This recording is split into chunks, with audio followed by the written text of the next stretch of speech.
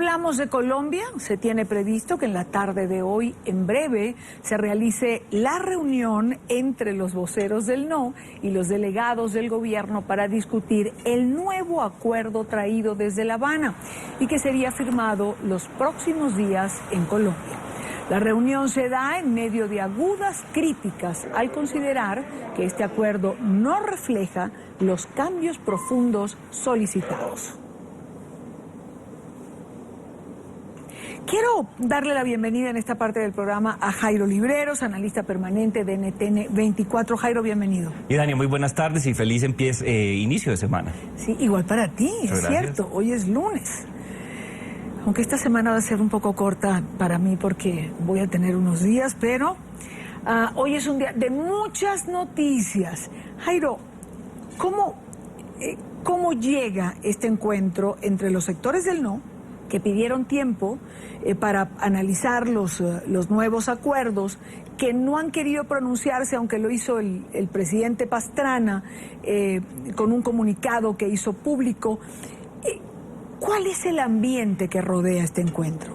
Es un ambiente de tensión, es un ambiente difícil, es un ambiente donde dos contendores políticos, en la mejor definición que uno pueda tener desde el punto de vista de personas que piensan de manera diferente, llegan, yo creo que con unas cargas muy equilibradas. Hay que tener en cuenta, en primer lugar, que si bien el acuerdo que se suscribió en la ciudad de Cartagena hace ya más de un mes, sufrió modificaciones importantes, todavía el sector que lidera el no solamente político, sino algunos otros sectores sociales, consideran que no es suficiente para pensar que es un nuevo acuerdo y que el trámite puede ser garantizado simple y llanamente con las sesiones ordinarias en el Congreso de la República. Desde este punto de vista, Dani, hay que tener en cuenta que la situación entonces va a ser muy tensa, porque muy seguramente los líderes del no, particularmente quienes representan las ideas del expresidente Álvaro Uribe Vélez, van a buscar modificaciones, en primer lugar como un punto de honor.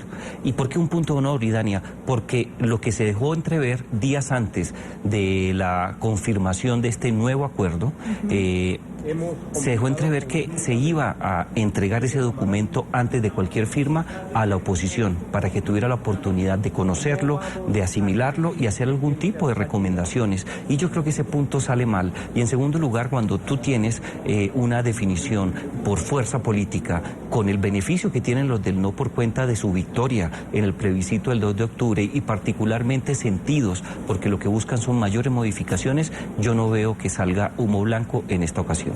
Ahora, Jairo, los distintos sectores del no dieron a entender que iba a haber ese encuentro, es decir, posterior al regreso de La Habana.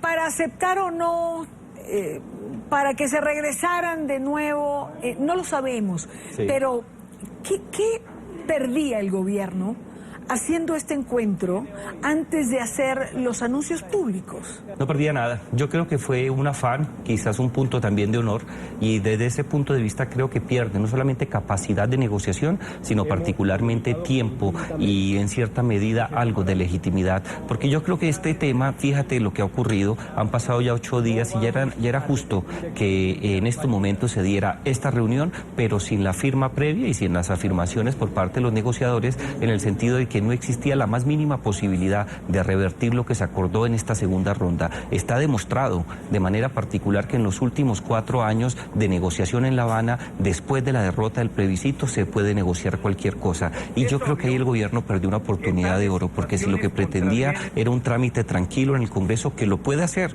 porque tiene las mayorías necesarias para ello, pero tiene que tener en cuenta que la paz se negocia un poco más que con mayoría, se requiere un apoyo decisivo. Si no estamos en el umbral de antes del día 2 de octubre, en donde todas las encuestas casi que con 15 puntos de diferencia le daban la victoria al sí y lo llevaron a la consideración de los ciudadanos y la derrota se presentó. Desde ese punto de vista, Idane, yo creo que la situación no arranca bien, no era lo esperado, creo que el gobierno no tuvo en cuenta la lección aprendida y desde ese punto yo creo que para sectores en Colombia, en América Latina, existe una preocupación muy grande, porque eso en cierta medida le da fortaleza a los líderes del no frente a las elecciones del 2018 y deja un poco debilitado el proyecto. No vaya a ser que llegue algún líder del no a la Casa de Nariño en el año 2018 y por la misma vía del Congreso de la República reviertan completamente el proceso o una parte muy importante de él. Escuchaba la crítica de una periodista de Colombia en relación a Juan Manuel Santos y a los eventos a los que ha asistido en los últimos días. ¿En Europa? En Europa y en Perú. Okay. Y decían que el presidente Santos estaba cometiendo el mismo error de la primera vez, es decir, estaba vendiendo las bondades de este segundo acuerdo afuera en lugar de venderlas adentro, que finalmente es donde tiene que venderlo.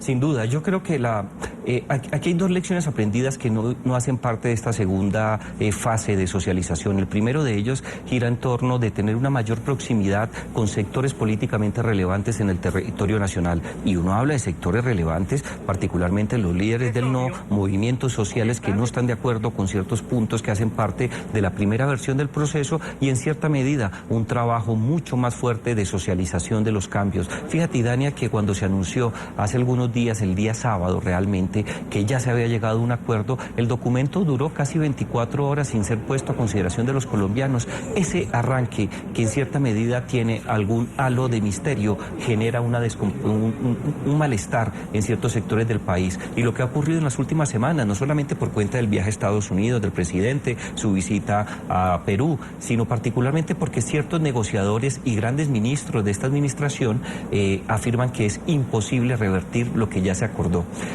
Eso está mal. Yo creo que muchos quieren la paz en Colombia, pero las formas hay que respetarlas y la lección histórica siempre es la misma. Quien no respeta las formas relacionadas con la socialización va a tener un enfrentón muy fuerte. Más temprano, desde el aeropuerto de La Habana, justo cuando se disponían a tomar el vuelo rumbo a Bogotá, Rodrigo Grande, Rodrigo Londoño, alias Timochenko, se pronunciaron sobre el nuevo acuerdo. Sin embargo, no especificaron la fecha en la que se firmaría. Como en este mundo todo cambia, todo fluye, uno no sabe exactamente dónde está, ni va a ser, ni tampoco está definido la hora ni el día, pero ahí vamos acercando posiciones. Sí, los detalles no los conozco, estoy alistando, le he pedido que terminemos pronto, que me voy a empacar la maleta para salir hacia Bogotá, allá nos vemos. Esto, en lugar de allanar el camino, ¿no lo complica un poco? Es decir, los representantes de la FARC ya hablan de que vamos a... Es más, se dice que va a ser firmado en Santa Marta, en la Quinta San Pedro Alejandrino. ¿Cómo todo esto trasciende antes de esta reunión que muchos consideran que es importante? Finalmente el no ganó el plebiscito, ¿no? Claro que sí, Dania. Y fíjate que volvemos a las formas.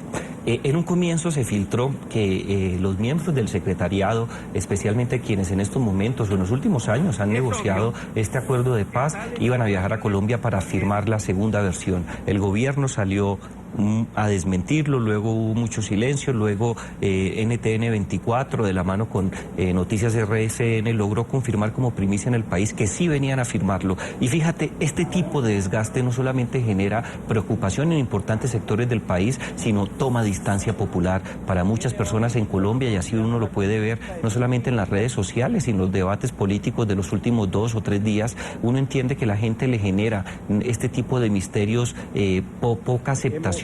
Aquí hay una segunda lección que no se aprendió. Era necesario tener un mayor nivel de transparencia. Si lo van a firmar aún en contra de los intereses del no, pues hagan las cosas bien, pero ¿por qué ocultar un tema que es tan sencillo y que debería ser realmente, Dania, un momento de alegría nacional? Porque si estas personas vienen a Bogotá o van a terminar en una ciudad diferente a la ciudad capital, yo creo que la firma del proceso de paz debe tener tanta importancia como ocurrió en la primera ocasión en la ciudad de Cartagena. Es la oportunidad de saltar a un país diferente, pero cuando tú ocultas las cosas es porque no hay tranquilidad, y eso a mí me genera mucho estrés desde el punto de vista de la necesidad de cerrar este capítulo en Colombia y soñar con un país diferente. Más temprano, Jairo, y a nuestra teleaudiencia, tuve la oportunidad de conversar con Marta Lucía Ramírez, una de las representantes de los sectores del no. Pude preguntarle, porque ella debe estar entrando en este momento a la reunión que estaba pautada, pero quise saber su opinión en relación a qué dejaría un acuerdo firmado sin un consenso nacional. Y esto nos decía. Desafortunadamente va a ser un acuerdo que tenga dudas de su sostenibilidad en el tiempo. Un acuerdo donde no haya consenso nacional no tiene legitimidad y por esa razón mal va a poder permanecer en el tiempo, que es lo que quisiéramos todos los colombianos. Un acuerdo legítimo, un acuerdo de consenso nacional tiene que estar orientado a lograr una paz verdadera, una paz que fortalezca las instituciones. La paz no nos puede dividir a los colombianos. Lo que nos está dividiendo es un acuerdo impuesto de mala manera y un acuerdo que desconoce el reclamo que ha hecho la sociedad colombiana porque se aplique la justicia, porque haya condenas a los principales responsables de crímenes de lesa humanidad. Una cosa que ha pedido la sociedad colombiana y es básica, que esos responsables de crímenes de lesa humanidad no puedan llegar a la política y al Congreso sin haber pagado antes una sanción, algún tipo de sanción. Y eso es lo que desafortunadamente está sucediendo, que se está imponiendo a la fuerza y por esa razón es dudoso que pueda permanecer en el tiempo. Quiero rescatar una frase de lo que decía Marta Lucía Ramírez. No es posible que la paz divida a los colombianos. Si es un contrasentido, los dividió la guerra, claro, y los va a dividir la paz. Sin duda, y Dania, yo creo que las afirmaciones de la doctora Marta Lucía Ramírez, que es una líder no solamente reconocida en Colombia, sino en América Latina, por sus dotes oratorios, su capacidad para impulsar iniciativas y por lo que lideró en un sector importante del país que votara el no. Y yo creo que ella tiene toda la razón. Es inconcebible que después de tantos años, por cuenta de la guerra, por cuenta de la violencia partidista, por cuenta de la violencia vinculada con el terrorismo, con el narcotráfico y con una cantidad de actividades que han afectado de manera profunda a Colombia, terminemos en estos momentos pensando que el país se va a dividir por cuenta de la firma de la paz. En eso le asiste toda la razón a la doctora Marta Lucía Ramírez. Por otro lado, Idania, yo también tengo algunos pero. Usted sabe que yo he discutido mucho con la doctora Marta Lucía, pero yo creo que en última instancia hay muy pocos temas que dividen al no. Hay uno que creo que es insalvable, que está relacionado con la participación en política, pero yo creo que los otros temas se pueden manejar, se pueden negociar. Lamentablemente la idea que ha vendido el gobierno, y en eso yo me aparto de esa posición inicial, es que ya no se puede volver a negociar y eso va a generar una traba muy fuerte. Ojalá nos equivoquemos, Idania, no vaya a ser que de esta reunión que empezaba a las 4 de la tarde no salga, además de humo oscuro, una situación mucho más crítica que lleva al traste no solamente la firma, sino una ilusión sostenida en el tiempo, como lo decía la doctora Marta Lucía. Ahora, cuando se habla de legitimidad, yo quise saber, le pregunté a la doctora Marta Lucía Ramírez, si el Congreso no es un órgano capaz de darle legitimidad a este nuevo acuerdo. Ya vengo contigo, esto me decía Marta Lucía Ramírez. Me da mucha pena decir esto y me da dolor decirlo, Idania, pero es que el Congreso de Colombia ha perdido la credibilidad de los colombianos hace mucho tiempo. Vemos un Congreso que está haciendo cálculos politiqueros, acuerdos con el gobierno, muchísimos intereses clientelistas, de contrataciones, muchos de los congresistas, la famosa mermelada que se puso tan de moda. Entonces yo sí le pregunto, ¿cuál colombiano creería que un acuerdo ratificado hoy en el Congreso tiene esa transparencia y esa credibilidad y esa legitimidad que nos represente a todos los 46 millones de colombianos? Por eso creo que el acuerdo debe refrendarse por el pueblo colombiano, debería refrendarse mediante un referendo donde al pueblo colombiano le hagan preguntas individuales. Primero, ¿usted está de acuerdo en que los responsables de crímenes de lesa humanidad no tengan cárcel? Segundo, ¿usted está de acuerdo en que los responsables de crímenes de lesa humanidad, sin haber tenido cárcel, vayan al Congreso como congresistas o sean candidatos a la presidencia? Tercero, ¿usted está de acuerdo en que este acuerdo con las FARC reforme totalmente la Constitución y las leyes de Colombia? Y cuarto, ¿usted está de acuerdo en que el narcotráfico se trate como un delito menor, dizque porque era necesario para financiar la rebelión? Cuando los colombianos voten por esos 4 puntos, ahí sí podríamos decir, esta fue la decisión del pueblo colombiano y esa decisión hay que acatarla. Pero creo que el Congreso hoy no tiene desafortunadamente esa credibilidad para que sea el Congreso el que refrende ese acuerdo. ¿El Congreso puede refrendar el acuerdo? y si puede, ¿tiene la credibilidad suficiente para hacerlo, como decía Marta Lucía Ramírez? Y Dania, yo creo que en esto yo me aparto de la doctora Marta Lucía Ramírez, no solamente en el fondo de su afirmación, sino en el tema de la credibilidad. A ella parece ser que se le olvida que Colombia es una democracia liberal que durante las últimas décadas no solamente ha sustentado sus actividades políticas en una constitución liberal, sino particularmente que acoge los desarrollos establecidos por diferentes organismos internacionales. Y Dania, en una democracia liberal lo que impera es la democracia representativa. Es el núcleo esencial, es la parte inmodificable que en cualquier momento y en cualquier circunstancia no puede ser alterada en el caso colombiano. Y una democracia representativa descansa su capacidad de reformar no solamente sus instituciones políticas, sino su forma de actuar en las actividades que realiza el Congreso. Desde ese punto de vista existe no solamente jurisprudencia abundante por parte de la Corte Constitucional y el Consejo de Estado, sino pronunciamientos que se han lanzado desde el punto de vista de la vigencia de los derechos humanos en una democracia representativa por cuenta de la Corte Interamericana de Derechos Humanos. El Congreso de la República sí tiene la facultad, tiene la capacidad y tiene de manera particular, como ninguna otra instancia política en Colombia, la legitimidad para hacerlo. Claro. En segundo lugar, pero tiene la facultad, evidentemente, es una democracia liberal, pero la credibilidad pesa y además todos sabemos que en el Congreso de Colombia hay una aplanadora, es decir, lo que el presidente lleve se va a aprobar. ¿Está representado el país allí?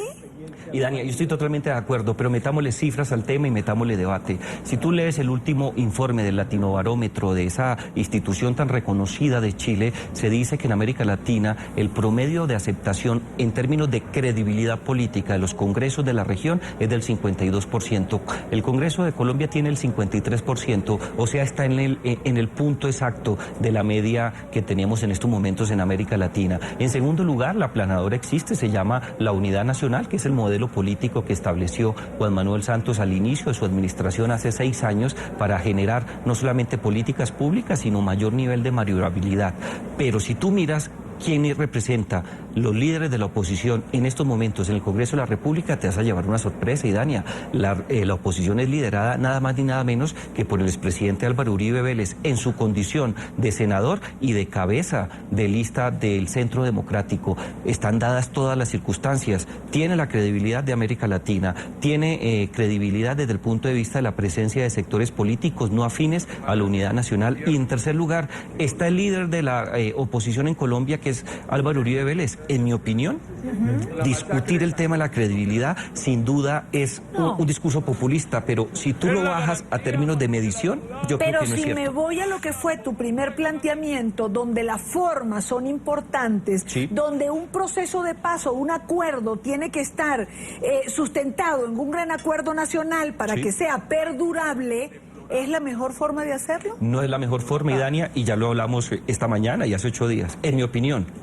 va por otro lado. Exactamente, a eso creo yo que se refería la doctora Marta Lucía, pero en todo caso dije cuando empecé que esto lo grabé anteriormente porque ella iba a este encuentro que está por comenzar. Quiero hacer contacto precisamente a esta hora con Edwin Gutiérrez, periodista en NTN24, se encuentra en las afueras del Ministerio del Interior de Colombia, donde va a realizarse este encuentro entre los sectores del NO y los representantes del gobierno. Edwin, buena tarde para ti. ¿Qué tal? Muy buenas tardes. Los saludo aquí desde la sede del Ministerio del Interior, que queda justo enfrente de la Casa de Nariño, la sede del gobierno colombiano. La reunión estaba prevista para las 4 de la tarde, ya son pasadas las 4 de la tarde y ninguno de los voceros o promotores del NO ha llegado, pero me dicen, estaba justamente escuchando la transmisión y me dicen vía telefónica que vienen en camino, en unos 5 o 10 minutos estará llegando pues esta delegación encabezada por el expresidente de la República, Álvaro Uribe Vélez, del Partido Centro Democrático, y quien justamente lidera todos estos grupos, todos estos sectores que promovieron el no a los primeros acuerdos que fueron anunciados el 26 de septiembre y que fueron votados el 2 de octubre en un plebiscito que llevó a los colombianos a decir queremos unos nuevos acuerdos, y justo pues esta es la etapa que estamos viviendo. Ya ingresaron aquí Humberto de la Calle, quien es el jefe del equipo negociador de paz del gobierno, Sergio Jaramillo, el alto comisionado para la paz, Fran Per, que es integrante también de la mesa de negociaciones por parte del gobierno, y Rafael Pardo, el consejero presidencial Internacional para los Derechos Humanos. Aquí también se encuentra el ministro del Interior y ya en minutos llegarán todos los sectores que han promovido un nuevo acuerdo, entre ellos pues el sector encabezado por el Centro Democrático, por la ex candidata presidencial Marta Lucía Ramírez o su delegado o delegada, el expresidente Andrés Pastrana o su delegado, el ex procurador Alejandro Ordóñez, y los representantes de víctimas de las FARC y de las diferentes iglesias, en su mayoría cristianas, que promovieron el cambio total en los acuerdos de paz. Ellos vienen con una posición casi que unánime, aunque hay algunos matices, pero en términos generales todos los voceros o promotores del no han dicho que los ajustes anunciados por el gobierno y la guerrilla de las FARC pues no corresponden a todas las peticiones que se hicieron a lo largo de una serie de encuentros y de negociaciones y de conversaciones que se tuvo entre voceros del gobierno y los representantes del no. Entonces en minutos comienza esta reunión. Hasta el momento el gobierno no ha dicho nada. Los promotores del no entrarán en unos pocos minutos aquí a la sede del Ministerio de Interior en el centro de Bogotá. Y Dania, muy buenas tardes. Gracias, Edwin. Gracias por la información. Edwin Gutiérrez. Se escogió además la sede del Ministerio del Interior. Los primeros encuentros, posterior al plebiscito, fueron en la Casa de Nariño. Sí. ¿No tendrían que haber sido allí? De nuevo, yo pregunto lo que cualquiera puede preguntar. Yo creo que sí, Dania. Volvemos al tema de hoy. Las formas tienen valor en la democracia y en un Estado de Derecho las formas es la garantía que se respete la institucionalidad.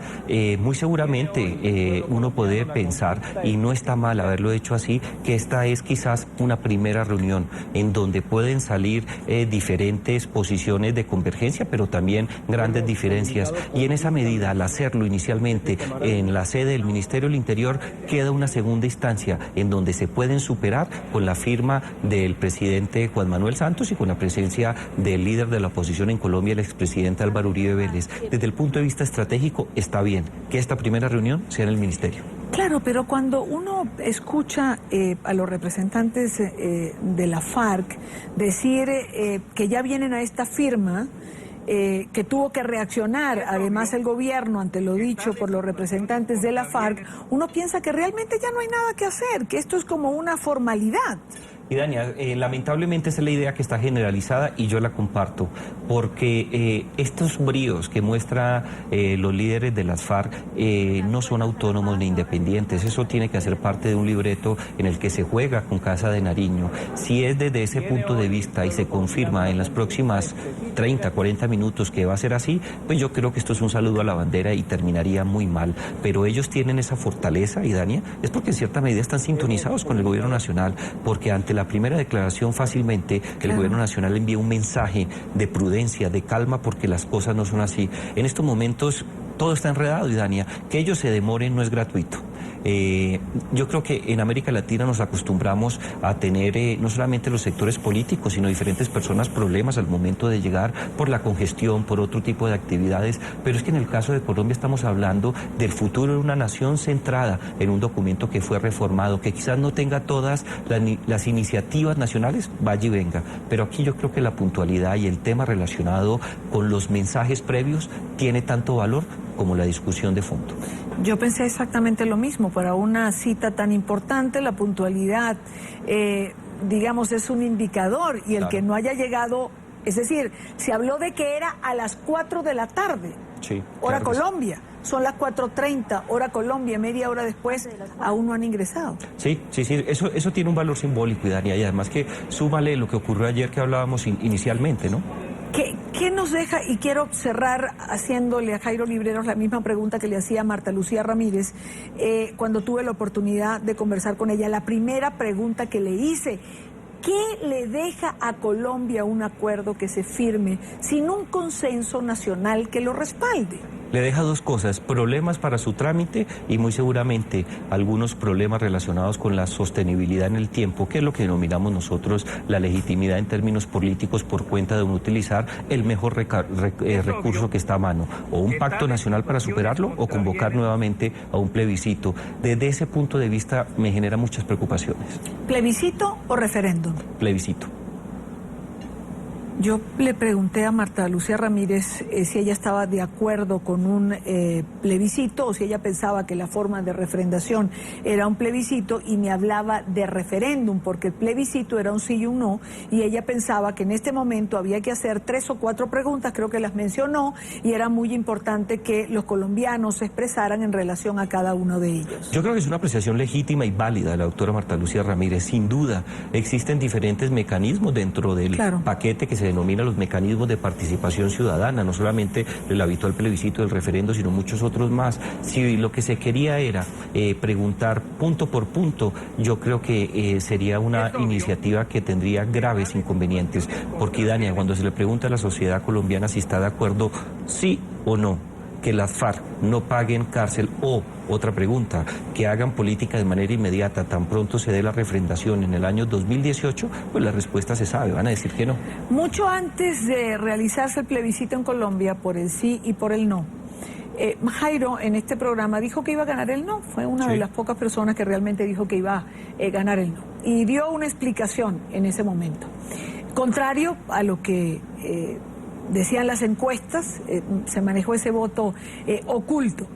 Si se hiciera otra consulta popular, ¿qué piensas que podría pasar? Gana el no, con una diferencia mucho más fuerte, por 2 motivos, Idán.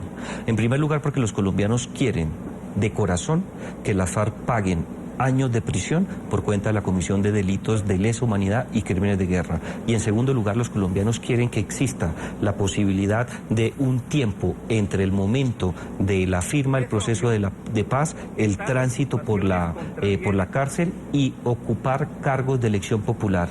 Esto se puede dar desde el punto de vista constitucional en Colombia y en otros países, pero el nuevo acuerdo no trae este tema, que yo creo que es el tema más sentido. Claro, el que más irrita a la mayoría de la gente. Fíjate, Dania, que cuando tuvimos la oportunidad de hacer ese análisis, donde yo decía que ganaba el no, y eso explicaba, quiero traerlo otra vez a colación. Hubo 2 clases de encuestas, unas que medían la intención de voto y otras que medían la simpatía o antipatía frente a las FARC. Y el tema más sensible de antipatía frente a las FARC, que durante 3 años se sostuvo en una cifra nunca inferior al 89%, era a la siguiente pregunta: ¿está de acuerdo sí o no en que las FARC hagan política sin pasar por la cárcel? 89%, es decir, 9 de cada 10 colombianos no estaba de acuerdo. Nosotros nos fijamos más en la intención de voto, y creo que en eso fracasamos algunos o muchas otras personas por cuenta de no tener la claridad que las FARC genera más antipatías nacionales que intenciones de votos. Si esto se vuelve a consultar, la respuesta va a ser similar. Gracias a Jairo Libreros por estar con nosotros como siempre en la tarde de NTN 24. Y Dani, es muy bueno empezar la semana contigo.